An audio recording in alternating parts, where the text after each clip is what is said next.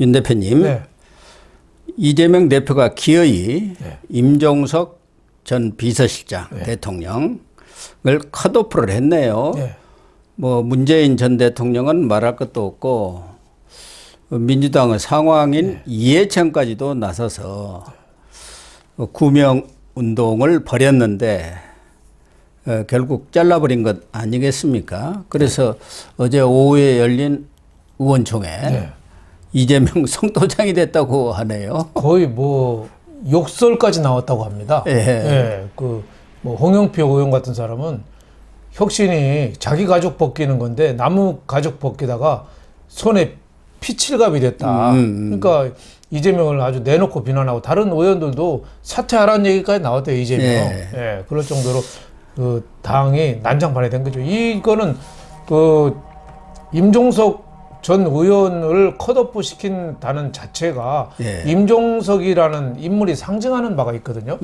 원래 뭐 전직 국회의원에다가 그렇게 영향력이 크지도 않는데 이번에 이재명이가 임종석 갖고 너무 한 달 이상 끌어버렸어요. 그렇죠. 그러다 보니까 임종석이라는 인물의 그 위상이 높아져 버렸어요. 그러니까 이게 당의 분당이 이 시작되는 전초가 이게 된 거죠. 그러니까 이재명 입장으로 봐서는 이재명이가 문재인한테 얼마 전에 찾아갔는데 3명을 부탁했다는 거 아니에요? 뭐 그런 얘기가 있네요. 그 임종석을 맨 앞에 꼭 부탁했대요. 노영민도 뭐 들어가는 것 같고 한 사람은 누군지 모르겠습니다만. 뭐 고민정인지 뭔지는 모르겠어. 하여튼 3명을 부탁했는데 맨 앞에 임종석이가 있었는데 그걸 친다는 거는 이재명으로 봐서는 이제 친문이고 정세균 계고 김근태 계고 뭐 다 필요 없다. 이제는 나는 감옥 아니면 대권 둘 중에 하나니까 오로지 이재명계만 있어야 한다. 장애물은 다 치워버리고 나는 뭐 아니면 도다. 그러니까 왜 범죄인들이 한 번 범죄 지르면 눈이 뒤집히잖아요. 보이는 게 없잖아요. 점하기가 어렵지. 그렇죠. 뭐. 그러니까 이재명은 지금 보이는 게 없는 그런 거죠. 그러니까 민주당은 사실상 지금 분당에 들어간 겁니다. 당이 깨진 거예요. 네. 이재명 입장에서는 2017년부터 쌓여온 앙금이 여전한 그렇죠. 것 같아요. 그렇죠. 그때 이번에 대선 때도 뭐 아주 0.73% 많이 컸고 지난 선거 때도 그랬고 그때도 그 이재명 기준으로 봐서는 전 국민 그 재난지원금 30조 내놔라. 30조. 엄청난 거네요. 엄청난 거죠. 내놔라 했는데 그거 했으면은 이길 수 있었다. 0.73 정도는 지지 않았다. 그런 건데 그거는 이재명 생각이죠. 그때 더 한 거는 이재명 자기가 저 법인카드 갖고 집에서 소고기 처먹고 초밥 처먹고 이런 거 하다가 사실은 국민으로 봤을 때 이 배척을 당한 건데 그런 거는 모르고 저렇게 한다는 건 사실상 민주당은 이제 끝났다. 저는 이렇게 봅니다.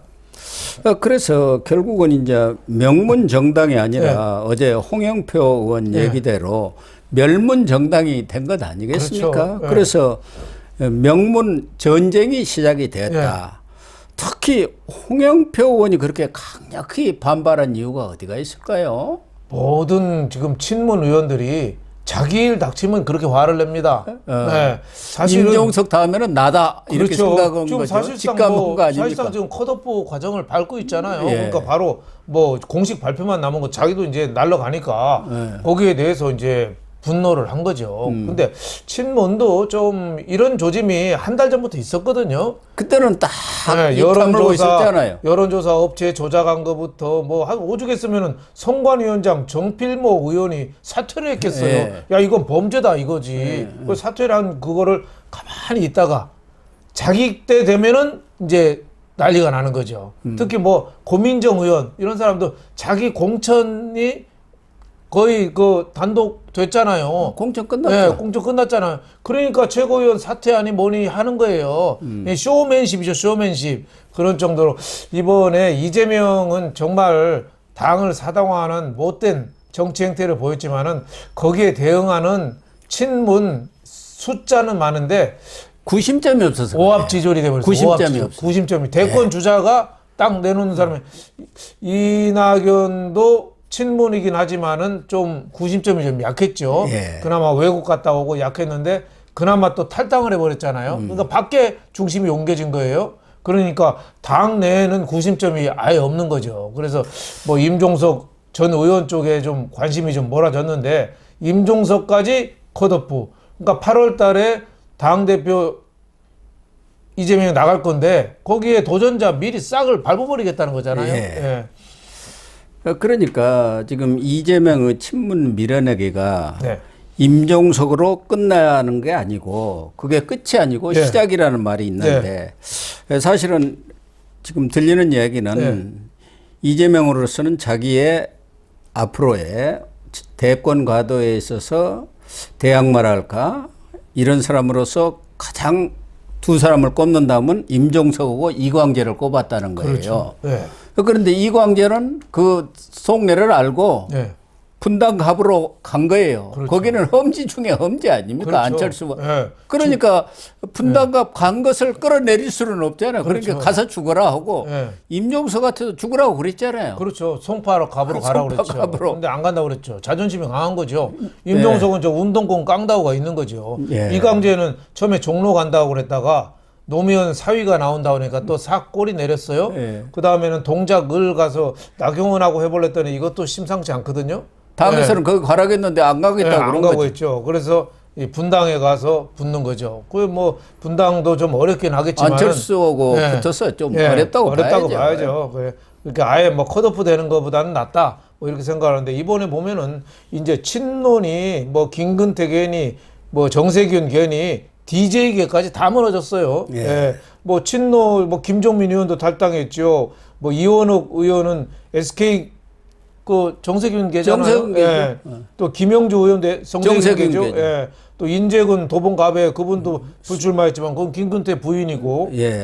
또 기동민 그것도 김근태 계잖아요. 홍영표 뭐 어디 여기도 친문이죠. 전해철, 윤영찬 요 하위 20%니까 이것도 하나마나 다 떨어진다고 봐야죠. 그리고 또 김한정 의원도 이번에 사실상은 끝났잖아요. 그분도 DJ 측근이잖아요. 제일 그렇죠. 그때 청와대 부속실장 했잖아요. 설원 의원도 동교동계잖아요. 동교동계 핵심 멤버였죠. 오늘 탈당하면서 그 이재명 보고 연상군보다 더 나쁜 놈이라고 그랬는데 제가 보기에는 연상군이들은 화낼 것 같은데요. 연상군은 효심도 지극하고요. 어머니 패비 윤 씨에 대한 효심도 지극하고 자기 형수한테 그렇게 욕설 지저분하게 안 했어요. 더럽게. 그래 연상군은 그래도 그 뭐 사화도 일으키고 뭐 폭군으로는 지적되지만 이재명하고 비교하면은 연상군이 굉장히 기분 나빠하죠.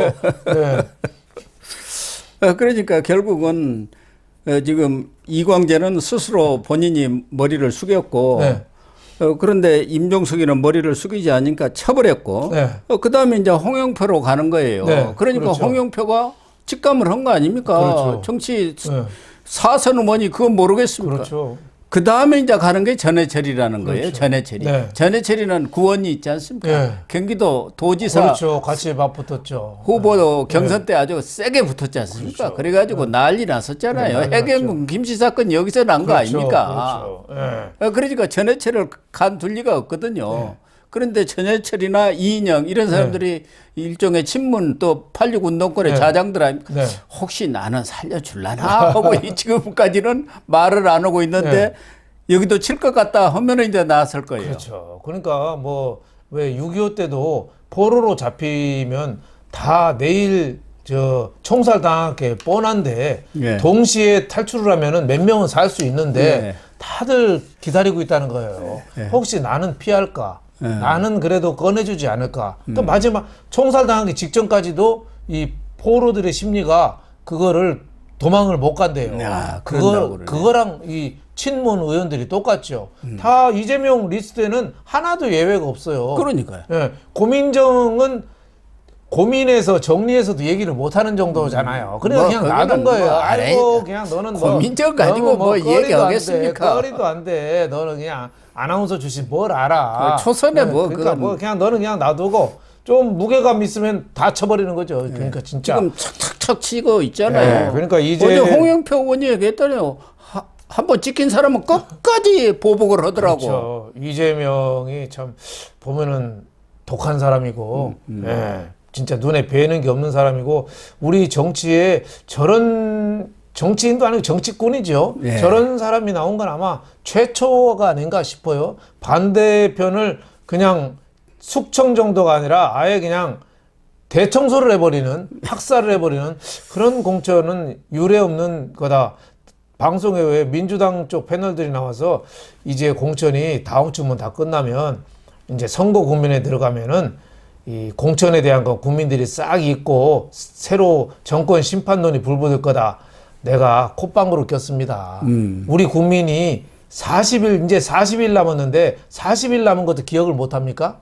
그러니까 이 총선까지 바로 생생하게 기억하는 거예요. 피투성이가 돼서 시체도 못 치우고 총선을 치르는데요. 피칠갑이 됐다는 거 아닙니까? 손에. 그거를 이재명 국민들이 손에. 이재명 측 생각은 다 잊어먹으니까 새로운 국면으로 또 뭐 김건희 여사 상황 거 반전이 된다 이렇게 김건희 여사 건 하나 꺼내고 뭐 하면은 확 돌아설 거다 하는데 제가 보기에는 꿈 깨라예요. 지금은 옛날에는 그랬는지 모르지만 지금은 방송, 공중파도 하루 종일 정치 얘기합니다.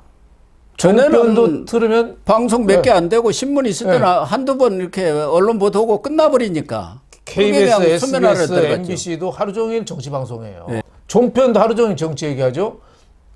저도 동네 산책하다 보면은 어르신들도 귀에 꽂고 다 정치 유튜브 보고 있어요. 예. 근데 그걸 잊는다고 봐요? 10년 전, 4년 전하고는 지금 또 상황이 바뀌었습니다. 그렇습니다. 아무튼 이제 친문들의 행태 또 어떤 행동을 할 것인가가 가장 관심사이고 아주 관건인데 앞서 이야기한 대로 홍영표 의원이라든가 전해철, 이인영 그리고 서른 의원 등을 포함해서 뭐 민주연대를 만든다든가 또 자기들끼리는 어떻게 행동 방향을 정해야 할지를 뭐 숙인하고는 있다고 합니다만 과연 대거 탈당이 이루어질지 과거 친박연대와 같은 민주연대가 구성될지 이런 것들도 좀 뭐 앞으로 연구 대상이고 관심의 초점이긴 한데 친박 연대는 박근혜 전 대통령이라기는 유력한 대권 주자가 있었거든요.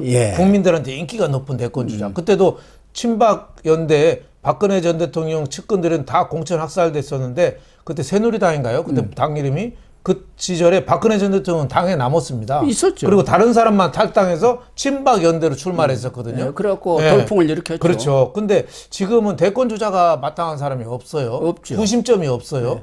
그리고 나가서 무소속으로 해서 몇 사람이 생환되겠느냐. 또 하나는 새로운 미래 이낙연 대표 쪽으로 관련이 그쪽도 이낙연 대표 쪽도 지금 지지율이 워낙 나오거든요. 바닥이거든요. 한 3%, 뭐 4% 되는데 그나마 또 떨어지고 있어요.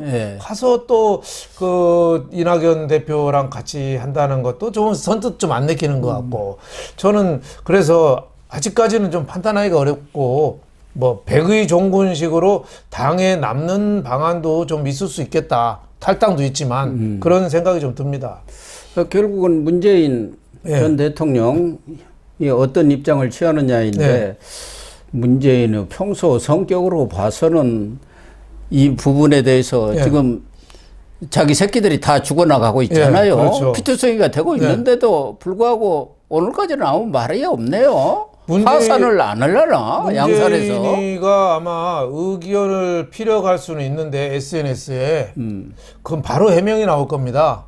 고양이가 키보드를 만졌다 이런 식으로. 본인은 제가 보기에는 여기에 대해서는 당연히 분노해야 되거든요. 자기 친문이 다 척살됐고 임종석까지 부탁했고 하다못해 이해찬 그 전 의원까지 부탁했잖아요. 이재명하고 가까운. 그래도 안 들어줬다는 건 민주당을 깨려는 의사로서 분노해야 되는데 문재인이는 아마 안 할 거다. 저는 이렇게 봅니다. 안 하고 새로운 미래 편들 수도 있고 뭐 무관심할 수도 있고 뭐 민주당은 오히려 더 지지한다고 할 수도 있는데 문재인의 평소에 이중적인 행태나 유체 입탈 화법을 볼 때는 모른 척할 가능성이 상당히 있지 않느냐. 그런 일이 있었다. 그런 일이 있어. 저 요새 신문 안 봐요. 요새 책이 안 팔리네요. 뭐 이렇게 아마 얼렁뚱땅 넘어가지 않을까. 그런 심사에는 그런 것도 있죠. 이재명 어차피 감옥 갈 사람인데 감옥 가면은 친명이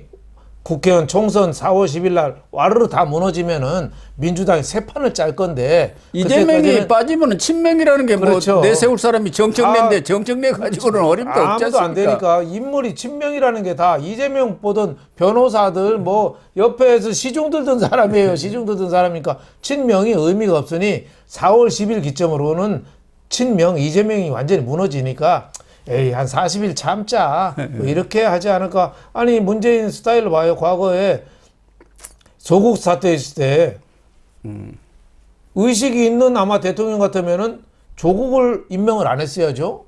그때 범죄 혐의가 다 나왔으니까. 아니면은 안면 몰수하고 윤석열 검찰총장을 쳐야죠. 예. 근데 둘 중에 아무것도 안 했어요.